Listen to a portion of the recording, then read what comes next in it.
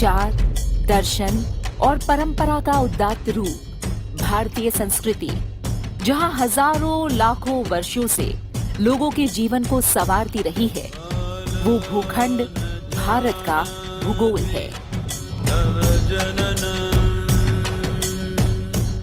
भूगोल और संस्कृति के बीच एक घनिष्ठ संबंध है। संसार का मानचित्र देखें तो भारत का भूगोल अन्य देशों से काफी अलग और अनोखा है। भारतम महाभारतम।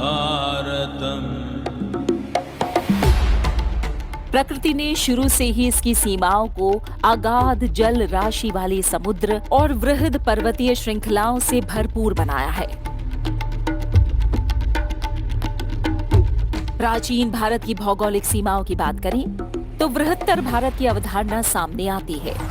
बृहत्तर भारत का विस्तार पूरब में प्राग ज्योतिष यानी असम से लेकर पश्चिम में ईरान तक और दक्षिण में कन्याकुमारी से लेकर उत्तर में तुर्किस्तान तक माना जाता है।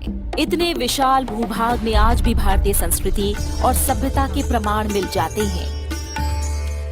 वेद पुराणों में भारतवर्ष की नदियों, पर्वतों और प्रांतों के वर्णन को देखकर समग्र भारतवर्ष की भौगोलिक स्थिति का पता चलता है।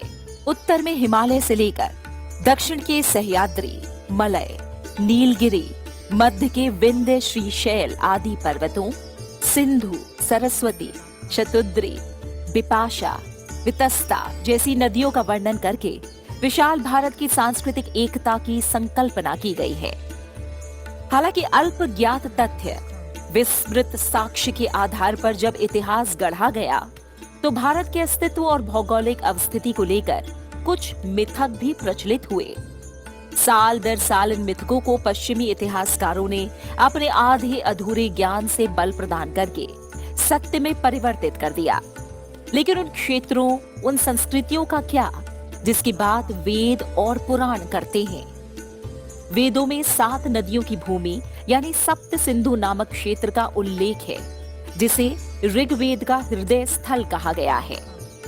वैसे तो लिखित रूप में ऐसी कोई विशेष जानकारी नहीं है कि कौन सी 7 नदियां इस क्षेत्र में बहती थीं, लेकिन कई मंत्रों में सरस्वती को 7 नदियों में से एक पवित्र नदी माना गया है। 7 नदियों में सरस्वती, सिंधु और 5 नदियों को शामिल किया गया। बात सरस्वती नदी की करें तो वेदों में संदर्भित सरस्वती नदी के वास्तविक प्रमाण और वैज्ञानिक साक्ष्य भी मिले हैं। ऋग्वेद में सरस्वती का उल्लेख 72 बार आता है और 3 स्रोत तो पूरी तरह से सरस्वती को ही समर्पित है।